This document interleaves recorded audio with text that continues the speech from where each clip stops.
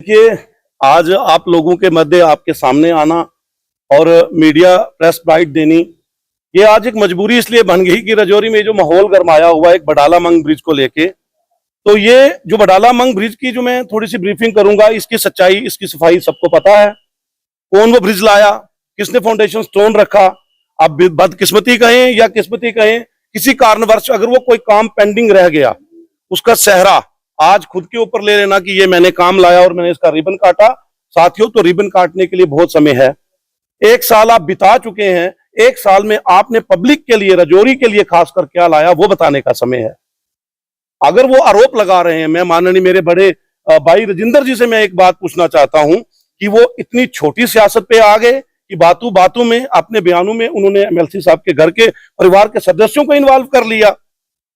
जनाब, मैं आपसे ये पूछना चाहता हूं, इससे पहले भी आपकी सरकारें रही, मंत्री साहब भी आपके रहे, अगर तब आप पंप नहीं लगवा पाए और आज आप अंधेरे में टार्चें लेकर, शरीफ लोगों को साथ लेकर, जिनको किसी चीज का शायद इल्म भी नहीं था, आप वहां पे रात के अंधेरे में टार्चें लेके पंप ढूंढ रहे हैं। जनाब, अगर ढूंढने हैं, ये आपकी ही कथनी है कि एमएलसी साहब ने वहां 6 पंप दिए हैं, बड़ी खुशी और फख्र की बात है। अगर एक एमएलसी रहते वो 6 पंप देंगे तो 1 साल में आपके एमएलए साहब ने कितने पंप दिए, आप वो गिनवाओ। आप अंधेरे में ना ढूंढो, उजाले में लोगों को बताओ कि आपके एमएलए साहब ने अब तक क्या किया।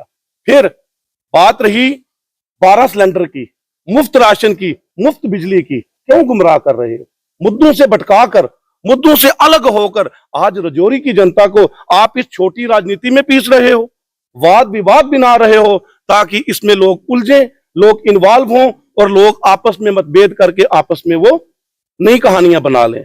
तो मैं राजिंदर जी, आप एक कद्दावर नेता होंगे अपनी पार्टी के, पर आपकी उम्र के लिहाज से आपको ये बातें शोभा नहीं देती, रात को लोगों को बिठाना और वहां पंप ढूंढना। जनाब, आप दिन के उजाले में यहां आए, शहर की हालात देखें जो बखूबी आप जानते हैं। आपका जिक्र मैं करूं, यहां कोर्ट कम्प्लेक्स के पास रोड रह गई, शहर के अंदर टाइल की कलवर्ट, टाइल्स की हालात देखिए, शहर में इस समय बिजली के हालात देखिए, यहाँ पानी के हालात देखिए, यहाँ पार्किंग नहीं है। आपका ध्यान उस तरफ नहीं जा रहा। रिबन काटिए, रिबन काटना अब आपका फर्ज है तो वो काटिए 5 साल, लेकिन रजौरी के लिए आपने क्या लाया, कौन सा पैकेज लाया, नाबार्ड में आपने कितनी रोडें लाई, आप उसके ऊपर आइए। मुद्दे से भटकाइए मत, लोगों को गुमराह मत कीजिए और ये छोटी राजनीति छोड़िए।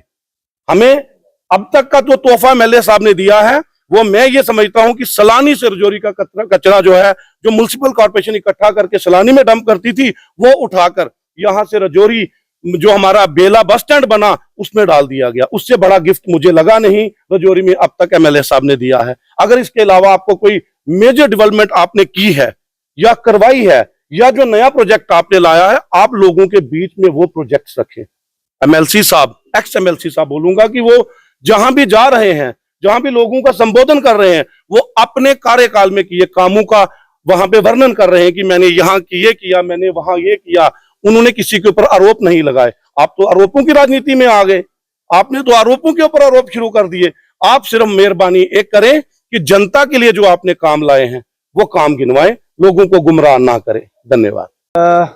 सबको पता है रजौरी की पॉलिटिक्स का लेवल किस स्तर तक है और जो पॉलिटिक्स का लेवल है वो कितना डिक्रीज कर दिया, और इसका श्रेय, जो क्रेडिट है वो कांग्रेस को ही जाता है, जो भारत की एक देशद्रोही पार्टी है, जो हिंदू मुस्लिम करती है और आरोप सिर्फ बीजेपी पे लगाती है। एक ऑनेस्ट, डेडिकेटेड, मैं जब से पैदा हुआ मैं देखता आ रहा हूं कि हमारे लीडर जो पीर पंजाल के माननीय विभोद गुप्ता जी को पर्सनली टारगेट किया जा रहा है। हमारे जो कांग्रेस के डिस्ट्रिक्ट प्रेसिडेंट है शर्मा सर, अशोक सर, उन्होंने पर्सनल रिमार्क्स दिए जो बर्दाश्त हम नहीं कर सकते थे। उसके बाद हद तो रात को हो गई जब विभोद जी ने, चलो उन्होंने भाषण में जो भी बोला ठीक बोला, 30 दिए, 2 दिए, 3 दिए, लेकिन उन्होंने अपने कार्यकाल पे जो भी काम किए बहुत अच्छे किए, हम उसको एप्रिशिएट करते हैं। लेकिन आप कांग्रेस का काम देखिए, कांग्रेस की चीप पॉलिटिक्स देखिए। देखो, जोक्स अपार्ट, मैं सिख धर्म की बहुत रिस्पेक्ट करता हूं, मैं राजिंदर जी जो भी उनका नाम है मैं उनकी बड़ी इज्जत करता हूं मैं, लेकिन जो उन्होंने रात को कारनामा हरकत की है, एक मुस्लिम भाई को साथ लेकर टॉर्चर लगाई है, एक मजाक बनाने वाली बात है। आप पॉलिटिक्स कीजिए, आप अपने काम गिनाइए, काम, कूड़ा कचरा आपसे साफ हुआ नहीं। रजौरी की रोड्स की आप हालत देख लीजिए। एमएलए साहब, मैं आपसे रिक्वेस्ट करूंगा इन चीजों पे आइए। रिबन कटाना, पहाड़ी बीन बजाना, ये बचती रहेगी। लेकिन रजौरी रोड्स की हालत आपने खराब की है। मैं आपको बोलूंगा, आप कहते हैं कि आप 10 साल का कूड़ा गंदगी जो है आप हटा रहे हैं, बिल्कुल नहीं। ये भारतीय जनता पार्टी है, सेंटर से है, ये स्कीम्स है जो हर उस नौजवान, हर उस धर्म, हर उस व्यक्ति को मिलती हैं जिसपे भारतीय जनता पार्टी भेदभाव नहीं करती है। मैं आपके चैनल से यह भी रिक्वेस्ट करूंगा कि रात को एक वीडियो और वायरल होती है जिसमें शरेआम बाइक पे एक लड़का सवार होके मनावर नदी को गंदा कर रहा है और शरेआम उस वीडियो पे बोला जा रहा है कि मुझे लाइसेंस है। मैं पूछना चाहूंगा एमएलए साहब, ये ऐसा कौन सा लाइसेंस है जो आपने लोगों को गंद फेंकने के लिए दिया है? एडमिनिस्ट्रेशन अपना काम कर रही है, उन्होंने नीट एंड क्लीन रखने के लिए मुद्दा उठाया और वर्ल्ड ह्यूमन राइट है, वो भी रजौरी को नीट एंड क्लीन करने के लिए अपना काम कर रही है। लेकिन आप ऐसा कौन सा लाइसेंस बांट रहे हैं जो रजौरी को गंदगा कर रहे हैं? और मैं एडमिनिस्ट्रेशन से यह भी रिक्वेस्ट करूंगा कि इसका संज्ञान लिया जाए और जो हमारे सरदार जी ने रात को एक मानहानि की जो एक वीडियो बना के वायरल करी है उस पर भी संज्ञान लिया जाए, क्योंकि एक ये डिफामेशन है। मैं तो रिक्वेस्ट करूंगा आपके चैनल के इसको देखें, मेरी वीडियो को देखें और ये जो चीप पॉलिटिक्स है, एक वीडियो बनाता है, दूसरा बनाता है, तीसरा बनाता है, इसको बंद करिए, सियासत कीजिए, डेवलपमेंट की बात कीजिए। भारत माता की जय हिंद, जय भारत।